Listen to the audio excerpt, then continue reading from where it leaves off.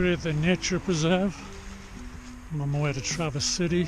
Just thought I'd kill a little bit of time and have a leg stretcher and pick up a geocache. Let's go.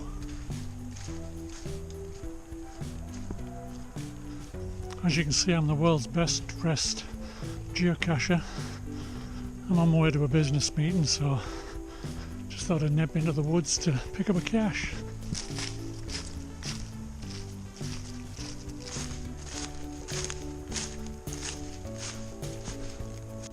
Well, I do a little bit of unexpected bushwhacking, but I think we've come up on it. And there she blows.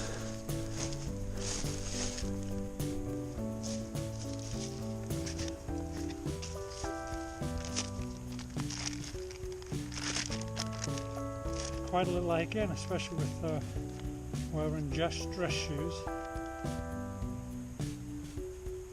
But we'll get it logged and get out of here and get back on the road.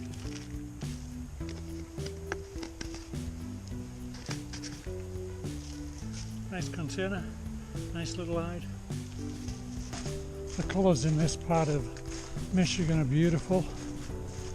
Unfortunately, in this forest area, most of them are on the ground.